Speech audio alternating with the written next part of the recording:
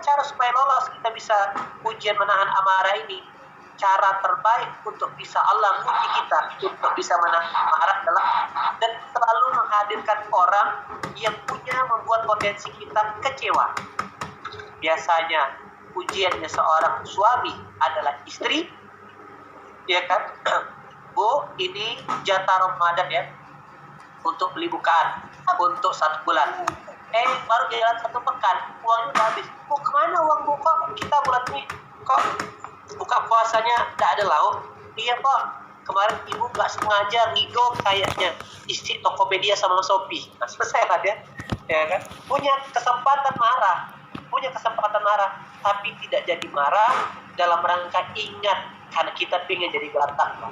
Sebaliknya ujiannya istri ya suami, ujiannya atasan yaitu bawahannya. Maka sekali lagi ya kan, ingat kita sedang di bulan Ramadan. Makanya orang bilang jangan marah. Inilah ayatnya, inilah perintahnya, jangan emosi. Nah, tapi mari memaknai jangan marah ini dalam rangka supaya kita dapat gelar takwa. Nah, beda antara marah dengan menasehati. Kalau menahan amarah itu pasti dengan emosi. Kitanya jantungnya berdetak kencang untuk menghadapi. Tapi kalau tenang, santai, tak apa-apa, terjalani gitu loh kawan-kawan. Jadi ingat, kalau infak musuhnya adalah ketakutan dari iblis. Surah Al-Baqarah ayat 268. Iblis menakut-nakuti orang yang bersedekah jadi miskin. Nah, itu lawannya. Maka lawan, jatuhkan. Cara yang paling aman kalau saya latihannya ya udah, saya kalau udah dapat rezeki awal bulan, dapat gajian, ya kan, itu saya udah langsung sisihkan dompet untuk sedekah. Nah, inilah peluru saya untuk 1 bulan. Itulah cara mainnya.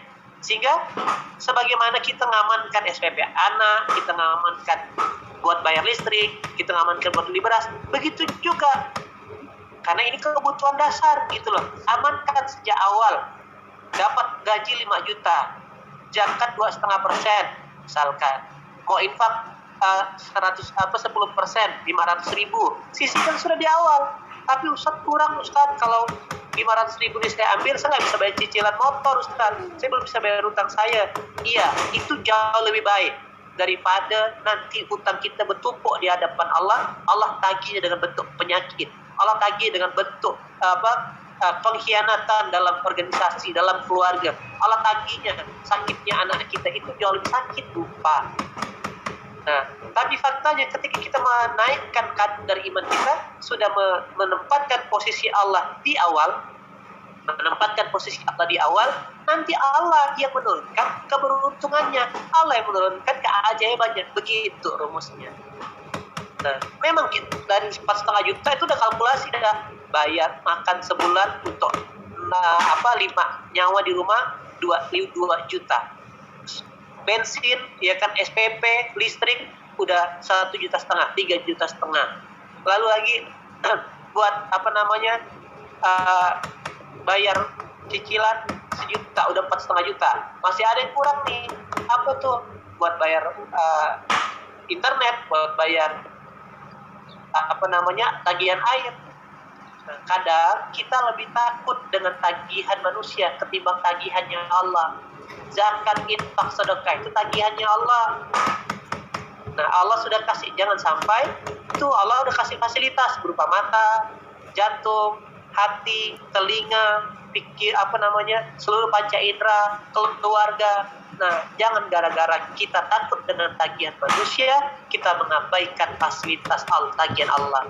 Fasilitas manusia dicabut, masih tidak masalah. Dicabut listrik, ini anggaplah paling buruk ya. Dicabut listrik, lampu mati, dicabut air, masih bisa kita. Dicabut IndiHome, masih bisa kita. Tapi kalau mata dicabut Allah, jantung dicabut Allah, telinga dicabut Allah, habis kita. Nauzubillah min dzalik. Nah, itu secara konsep. Padahal di ayat yang lain tentang bab sedekah ini, di Al-Baqarah 261, orang yang bersedekah dibalas 700 kali lipat. Bukan duitnya 700 kali lipat, tapi nilainya. Sedekahnya 1 juta, nilai 700 juta yang Allah akan balas. Bentuknya berupa anak, bentuknya sehat, bentuknya cerdas, beasiswa, tiket umroh, begitu. Surat Taubah ayat 99. Orang yang bersedekah, berinfak dapat 2 kebaikan. 9 ayat 99. Yaitu dapat doanya para malaikat dan jalan untuk mendekatkan diri kepada Allah. Maka orang yang gemar berinfak, gemar bersedekah, ya kalau yang doakan ke ustaz, kiai, ya kan habaib, kita aja udah senang. Doakan, apalagi yang misalkan mendoakan Nabi, bangga, bahagia sekali para sahabat. Ini doakan malaikat. Kira-kira kalau malaikat yang mendoakan, potensi dikabulkannya lebih kecil atau lebih besar kira-kira? Pasti lebih besar, karena malaikat itu suci. Nah, surah At-Taubah 99, orang-orang yang berinfak, bersedekah, mendapat kesempatan doa para malaikat dan jalan untuk mendekatkan diri kepada Allah. Maka kalau tahu demikian, udah maksimalkan di bulan Ramadan ini, gitu. Oke. Yang ketiga, infak atau sedekah itu adalah jalan dari penyempurna daripada seluruh amal soleh kita. Surah 3 ayat 92. Lan tanulul birra hatta tunfiqu mimma tuhibbu. Kamu sekali-kali tidak akan dapat kebaikan yang sempurna sebelum kamu menginfakkan sebagian daripada harta yang kamu cintai. Maka sebagai saudara, sebagai sahabat, sama-sama belajar, saya ngajak ayah bunda hukum Ramadan. Malaikat Allah lagi bertebaran, diskon pahala lagi banyak-banyaknya. Nah, habis-habisanlah, banyaklah, gemarlah bersedekah, gemar, mudah memberi, mudah berbagi. Itu rumusnya. Kemana? Terserah, ya kan? Nah, sidak itu hanyalah salah satu jalan. Kalau bila perlu ditebar kemana-mana. Dan yang lebih keren lagi, bukan hanya bersedekah, tapi bisa ngajak ayah bunda menjadi penggerak orang bersedekah. Begitu rumusnya. Seperti saya cerita di Bunda Desi tadi. Nah, menjadi penggerak orang bersedekah. Kenapa? Saya ngelihat terutama ya, ada sahabat-sahabat di para fasilitator CSCS online itu banyak dapat hadiah daripada Allah karena mereka bukan hanya mencontohkan diri bersedekah, tapi menggerak sedekah. Ada nggak dalilnya Ustaz? Ada di surah 9 ayat 103. Khudz min amwalihim. Allah perintahkan, ambillah harta daripada mereka untuk mensucikan harta mereka, lalu doakan. Jadi ada perintah untuk kita mengambil harta orang. Maksudnya mengambil harta itu bukan ngerampok ya, tapi mengingatkan orang untuk menyucikan hartanya. Jadi kalau Bunda-bunda sudah bersedekah dan ngajak orang sedekah, berarti dapat 2 ayat kebaikan. Ayat-ayat tentang sedekah dan ayat ngajak orang sedekah. Dan secara sisi hadis yang lain, hadisnya Rasulullah, orang yang menunjukkan jalan kebaikan kepada orang lain dan orang lain itu melakukan kebaikan, maka kita akan dapat pahala yang sama di kebaikan orang lain. Itulah yang saya lakukan. Kenapa saya semangat ngajak bunda sedekah? Karena begitu ayah bunda bersedekah, saya dapat kecipratan pahalanya juga. Itu rumusnya. Yang salah ketika ngajak bersedekah untuk kepentingan pribadi, itu bukan dosa, kena sikat sama Allah. Itu ya. Itu satu. Di Ali Imran ayat 134. Yang kedua, menahan amarah. Nah, maka nanti ujiannya adalah parameternya. Jadi gini, menahan amarah dan memaafkan ini adalah ibadah hati. Nah, ibadah fisik, sholat malam, baca Quran, puasa, itu ibadah fisik. Itu akan menghasilkan rezeki. Anggaplah rezeki kita definisikan harta. Tapi ibadah hati kalau lulus itu akan menghasilkan rezeki ruh, menyebutnya. Ibadah fisik menghasilkan rezeki fisik, ibadah hati menghasilkan rezeki hati. Apa itu rezeki hati? Kalau tadi ibadah fisik cuma dapat harta, kalau dia lakukan ibadah hati, dia dapat harta yang berkah. Kalau tadi ibadah fisik menghasilkan jodoh, kalau ibadah hati menghasilkan jodoh yang sakinah, qurrata a'yun. Kalau tadi ibadah fisik menghasilkan anak, rezeki anak, maka ibadah hati menghasilkan anak yang soleh dan solehah. Gitu rumusnya ya udah. Oke, mulai paham? Nah, maka rumusnya tadi, Bapak Ibu Ayah Bunda sekalian yang dirahmati Allah, setelah bersedekah, latihan menahan amarah. Nah, bagaimana supaya bisa menahan amarah? Rumusnya adalah yang harus dipahami, banyak-banyaklah koleksi sabar, banyak-banyak bisa memahami sudut pandang orang lain. Akan ada banyak desain skenario Allah. Jadi gini, ketika ada sesuatu yang menghasilkan potensi kecewa dalam diri, maka ingatlah ayat ini. Ingatlah ayat, oh iya, aku kan tidak boleh gitu. Saya punya guru saya punya santri di rumahnya.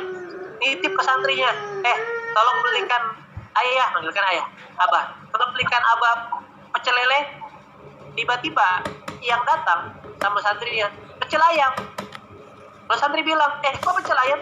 Iya, bah, ini yang enak katanya ayam di sini. Guru saya bilang, dia mau makan anak apa ente? Coba lihat tuh, nggak masuk akal kejadiannya gitu ya.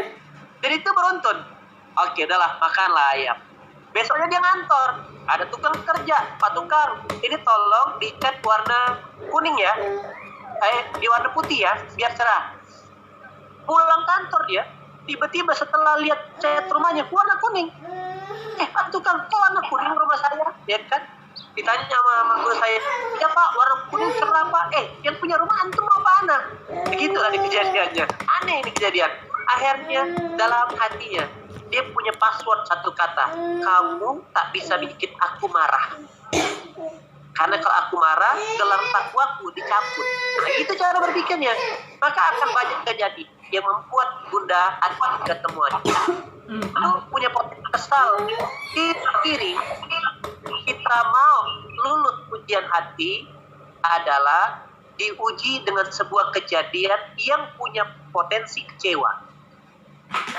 Nah, maka harus ingat dalam keadaan sadar berlapis-lapis, ketika kita berharap dengan manusia lalu kecewa aja, kita punya kesempatan marah, punya kesempatan kesal, tapi karena ada ayat ini, rugi kalau kita marah, tidak jadi dapat surga. Oke, nyambung sampai di sini? Nah, PR-nya itu, tulis besar-besar, kamu tak bisa bikin aku marah, gitu lah. Ya, saya ngakamin gitu ya. Maksudnya gini, contoh, kalau kita nolong orang, lalu orang itu bilang terima kasih, itu biasa, normal. Kita cuma dapat pahala nolong. Lalu kita nolong orang itu bahkan mencela kita. Nah, itu yang dimana kita sedang mau dapat tawaran pahala yang kedua, bukan hanya pahala berbuat baik, tapi pahala ikhlas. Nah, dan orang yang ikhlas adalah orang yang tak bisa digoda sama iblis. Itu cara berpikir Quran, Bapak Ibu sekalian. Nah, satu tadi infak, yang kedua menahan apa? Amarah. Passwordnya apa? Kamu tak bisa saya marah. Bonusnya awet muda, insya Allah. Bonusnya awet muda kalau nggak suka marah. Ya kan? Yang ketiga, jalan untuk mengejar gelar takwa yaitu mudah memaafkan. Nah, maka saya jangan salah kalau nanti menunggu hari raya baru maafin, salah. Saran saya dari sekarang. Assalamualaikum, misalkan Bunda Endang, saya di bulan Ramadan ini melalui film voice note ini, minta maaf ya Bunda kalau selama ini banyak salah. Mendoakan semoga Bunda sehat selalu, diampunkan dosanya, dikabulkan segala hajatnya, dan ditakdirkan Allah segala yang baik-baik. Udah voice note kayak gitu. Nah, syukur-syukur, ya kan? Syukur-syukur orang yang mungkin pernah menyakiti kita. Kalau kita bilang kita dulu minta maaf, kita menang banyak. Saya kemarin saya maksa jemaah umroh saya kemarin bilang mereka untuk memaafkan, mengontek orang-orang yang pernah mencederai mereka. Itu plong, lega rasanya. Pernah nggak sih kita tuh habis minta maaf sama orang, itu plong kan rasanya kan? Sebenarnya pelong hatinya kita berbanding lurus juga dengan tambahan kapasitas untuk malaikat masukkan rezeki. Itu rumusnya. Nah, satu, berinfak, lapang sempit. Dua, menahan amarah. Tiga, sabar. Yang keempat, yaitu berbuat kebaikan. Yaitu kenapa? Macam-macam. Berlomba-lomba di Ramadan ini berbuat kebaikan. Yang bisa makmurkan masjid. Yang bisa ngasih takjil, berbagi takjil, buat kayak gitu loh. Nah, ya kan, ikutan. belum sempat secara fisik bisa partisipasi dengan program-program yang mungkin teman-teman MIM, teman-teman sidang sudah lakukan, atau tinggal partisipasi. Tapi saya tuh pengen ngajak ayah bunda tuh naik level, ngajak orang bahkan bisa mendevelop, mengembangkan di kotanya gitu ya. Nah, bisa berbuat, bisa berkontribusi, karena di ayat surah Al-Fusilat ayat 8, surah 41 ayat 8, innallazina amanu wa amilus sholihat, sesungguhnya orang-orang yang beriman dan berbuat kebaikan. Kata kunci berbuat dan berbuat kebaikan, lahu ajrun ghairu mamnun, mereka itulah orang-orang yang mendapatkan pahala yang terus menerus. Nah, jadi kalau hanya mengandalkan amal soleh kita, pahala sholat, pahala ngaji, gak cukup. Agar hidup jauh lebih banyak dapat rezeki Allah, kita butuh mendapatkan pahala yang terus menerus. Nah, rumusnya apa? Yaitu surah 41 ayat 8 tadi, rumusnya beriman dan berbuat kebaikan. Nah, ini dia. Nah, kalau mau coba, kalau ada lebih rezeki, ya kan, masak, bungkuskan, ya kan. Nah, kayak teman-teman di Pontianak nih sekarang, teman-teman pondok digital sama rumah hijrah itu bikin program setiap hari sahur on the road, keliling bagiin nasi ke pemulung di jalan, ke orang-orang yang tidak punya rumah, ke pengemis. Itu banyak loh tengah malam dan mereka kelaparan. Itu tidak peduli. Kalau ke masjid udah ramai, kalau ke pondok-pondok udah ramai, banyak orang peduli anak yatim. Nah, kita coba melakukan sesuatu yang jarang orang lakukan. Nah, begitu. Itu ide buat yang belum punya kegiatan jalan kebaikan. Nggak usah banyak-banyak, masak 10 bungkus, antarkan. Habis sholat tahajud, ya kan jam 2, jam setengah 3 turun. Itu tuh mahal. Bapak Ibu lihat, ayah bunda lihat nanti hasilnya di penghujung Ramadan. Pasti melakukan amal soleh yang sama, mendapatkan hadiah yang sama. Melakukan amal soleh yang berbeda, insya Allah dapat hadiah yang berbeda juga. Itu sudah rumus kehidupan. Saya tua Ustadz, gak ada, ya udah suruh anak kita, yang penting masa idenya dari kita. Kayak saya ingin bagikan se Indonesia, tapi kan badan saya cuma satu. Kebetulan saya di Madinah, saya bagikan di Madinah. Masya Allah, kalau ayah bunda lihat di postingannya istri saya di akun Instagram Mirani Maulizan, itu kita setiap hari masak, kita setiap hari itu ngebagiin 300 paket berbuka puasa orang, karena ternyata tidak semua orang yang datang ke Mekah Madinah orang mampu. Nah, khususnya jemaah di luar Indonesia. Kalau jemaah Indonesia itu sudah ada paket cateringnya.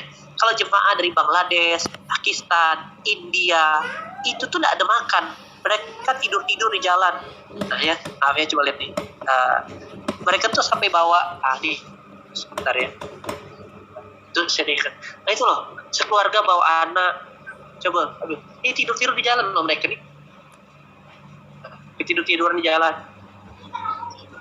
Jadi kita bagikan kemarin sampai 300 paket, tidak sampai 10 menit mereka rebutan makan nih. Ini pakai jalan darat ke sini. Ada yang modal nekat, modal pesawat saja bisa masuk. Hanya jemaah Indonesia yang pada Allah tuh dapat punya catering. Tapi kalau jemaah-jemaah dari luar yang mungkin udah pernah umroh, tahu kondisi Baitullah, Masjid Nabawi itu kayak gitu. Nah, jadi saya badannya cuma di Madinah saat ini. Pinginnya berbuat di seluruh dunia. Makanya setelah lakukan hari ini adalah ngajak Bapak Ibu, ngajak ayah bunda, ayo masak, ayo berbagi. Nah, tak masalah, bungkus kecil-kecil, ya kan? Itu rumusnya. Nantinya, seperti saya bilang tadi, saya udah lanjut umur Ustaz, dan apa anak yang digerakkan, tapi idenya, niatnya dari kita. Nah, itulah jalan berbuat kebaikan. Terakhir, ya 135-nya kenapa Allah bilang orang yang apabila melakukan salah diminta maaf, karena kita selalu punya potensi berdosa. Nah, jadi ada 2 kendaraan untuk mendapat gelar takwa yang menjadi pertarungan dan perjuangan kita di bulan Ramadan. 1 di jalan Al-Baqarah yang hadiahnya petunjuk dan keberuntungan. Yang 1 lagi di Ali Imran yang hadiahnya surga kata Allah. 1 dekat infak, 2 nahan amarah, 3 memaafkan, 4 berbuat kebaikan, 5 gampang. Nah, ini hanya jadi pengetahuan, lagi-lagi hanya jadi pengetahuan. Paling tidak kalau ditanya, tahu nggak apa itu takwa? Tahu Ustaz, itu infak, nahan amarah, maafkan, buat baik, dan gampang minta ampun. Sama-samain nak. Benar. Adalah udah praktek apa belum? Begitu tadi. Mengejar hadiah, berbaju sudah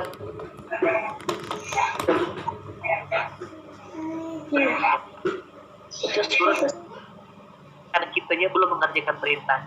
Nah, mumpung bulan Ramadan, kerjakanlah kerja apa yang biar rezeki yang di langit turun semua. Rezeki yang sedang berharap jodoh, rezeki yang mau dapat sehat dikasih sehat, rezeki yang ingin punya cucu dikasih cucu. Dan mari berbuat. Siap nggak? Praktek nih. Siap ya. Saya minta para fasilitator coba lapor di grup. Gak apa-apa, ini bukan dalam rangka riak-riaan, bukan. Sama-sama belajar. Dalam belajar butuh raport, betul nggak? Nah, lapor nanti di grup fasilitator masing-masing. Alhamdulillah, hari ini saya sudah menggeser Rp50.000. Rp1.000 tidak apa-apa. Saya mau ngajak karena saya menganggap ayah bundanya adalah saudara. Jadi saudara ngapain? Kan sudah terbuka satu sama lain kita. Tapi ini dalam rangka rapor. Oh, gitu dalam perjalanan setelah sebulan ada si A, infaknya konsisten.